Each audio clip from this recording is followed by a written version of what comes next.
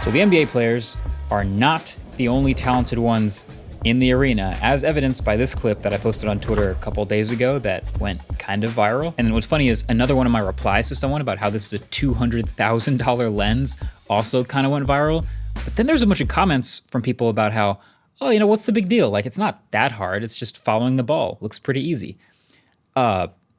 No, this is not easy. I shouldn't have to say this, but it is a lot of reps and practice and skill to be able to perfectly track the ball and keep it center frame and rack focus and zoom in and out at the same time. I would know because I got to try it. And I also got an up-close look at a ton of the other gear and tech that goes into NBA game broadcast feeds that you watch from your couch, and some of it really surprised me. Fun fact, most of the cameras in the arena are Sony boxes. They're called Sony P50s. They have a less than 1-inch type sensor, and they only shoot 1080p 60, but they have global shutter, and they're $50,000 a pop. But the Canon lenses on these cameras are what's really crazy. This feels like where they got the name Canon from, because this lens is insane. This is an 8 to 1,000 millimeter lens with insane stabilization and all the powerful servo motors to be able to move the glass quickly and accurately. It's called the Canon 122 because it's literally 122x optical zoom, which is ridiculous. And then the controls here next to the fluid head are actually super intuitive. The dial on the right side is zoom, and then the handle on the left side is twist to focus. So here you can see I can actually fly in and out with this insane motorized optical zoom really quickly. And the fluid head is also really good. I looked it up, by the way, just out of curiosity, $25,000. But even with all this gear, I can't do the crazy level of tracking that these professionals can, but it sure is fun to try. Intuitive to learn, difficult to master. Also, fun fact, that little cheat sheet of player faces is given to every broadcast camera operator because they also have a headset on and at any time could get a command from the director telling them to get an ISO shot of a certain player, and they have about 2 seconds to ID them, find them, zoom in, focus, get the shot. And they're doing this all over the country for all of the teams, so you could be forgiven for needing a bit of a cheat sheet once in a while. So these cameras are sprinkled around the arena, these Sony P50s with Canon lenses on them. And there's actually a dedicated bank of 6 of them on these swiveling chairs that are the main cameras that follow the action the whole game. Looks like a pretty cozy setup up here, honestly. In case you're wondering, it's 1 wide game camera, 1 tight, 2 dedicated player ISOs, 1 coach ISO, and 1 for mobile vertical broadcast. And this is where those incredibly skilled tracking shots I was talking about earlier are coming from. Zooming in and out, manual focus, and with the headphones on, taking directions from the broadcast team. So impressive. One of my favorite shots, though, is the tip-off shot, like the huge, wide, sweeping intro shot at the beginning of every game when it comes down from the top of the arena to the players. It's so iconic, it's even in 2K. And that is done with this, a cable cam. This is another Sony P50, this time with a Canon 14X lens, but then all rigged up onto a Ronin 2 that then wirelessly transmits all of the video and controls to just 2 people that sit up in the corner of the arena in charge of everything. And this is a serious tag team effort. So one person is moving the camera around in 3D space through the arena, and the other is controlling the camera itself, zoom, focus, and the direction that it points. So together, they can make some pretty sick sweeping shots, and I actually got to try a few myself, and it really is a team effort. I was listening carefully to what the location person was saying, and then combining that with what I thought was a nice camera move, and I thought it looked pretty great. Kind of similar to flying a drone. Super fun, honestly. And then the fact that it's all connected essentially by 4 carabiners to these cables that go all the way up to the roof is hilarious to me, so shout out to those carabiners.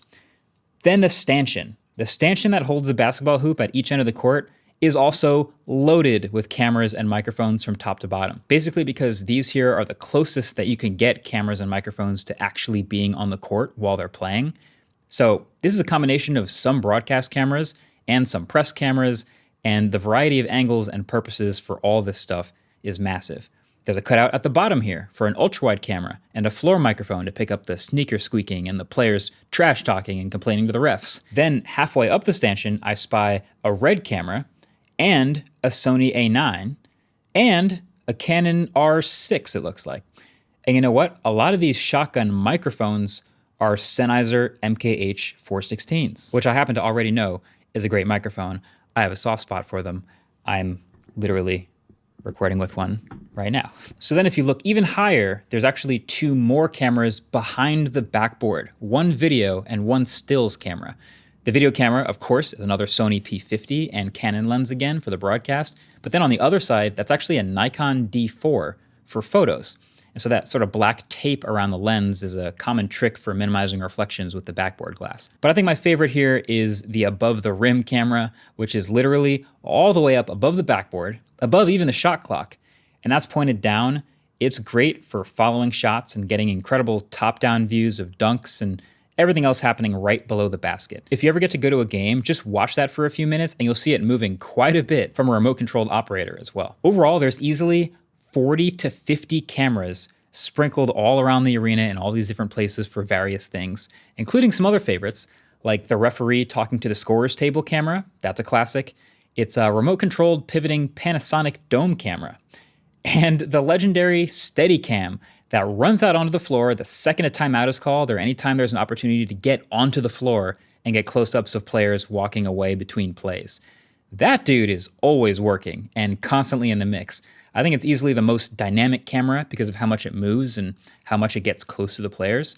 Crazy enough, that's another Sony P50 box and a Canon 14X lens with this huge rig that distributes most of the load to the operator's waist instead of straight to their back like some other rigs. And if you didn't know, there's also a ton of other microphones hidden around the court as well. Obviously, there's a lot of camera angles to be able to cut between and pick up everything, but there's also a lot of sounds to capture too. Stuff like the sound of the ball going through the net or bouncing off the rim. That's very important. Stuff like the sneakers squeaking on the floor at various points on the court. The players yelling, talking to each other. You gotta get a microphone down there. Of course, the crowd noise is another big one too. You can never get too much of that.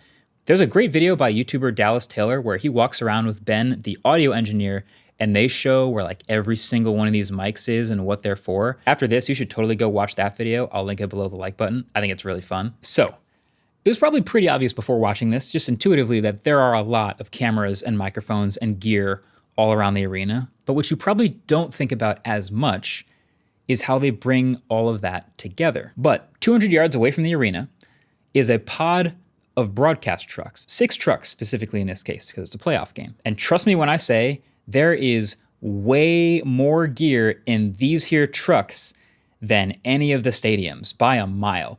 This is where the magic happens. It's where they're taking all of the footage and all of the audio from all these cameras and microphones, the broadcast cameras, the above the rim cameras, the backboard cameras, the Steadicam, the slow-mo cameras, the flying cable camera, and everything gets cut together in real time, because you forget, this also has to happen live. So from the chaos of the arena with everything going on, there's a team in those trucks that's in charge of taking it all from all those feeds, obviously what's happening on the court, but also the interviews and the commentators and the crowd and the antics off the court, everything, and basically cutting it into a real-time, live, unscripted movie as it's happening. And I don't know if you realize how hard that is. Like, Hollywood might spend a couple months of production getting a few minutes of good footage per day, and then a couple more months of post-production just getting it all looking, sounding, feeling just right. But this is 48 minutes of live, unscripted multicam footage being delivered as a finished product as it's happening. So there's engineers white balancing every camera, making sure they all match with the same color. Dozens of microphones.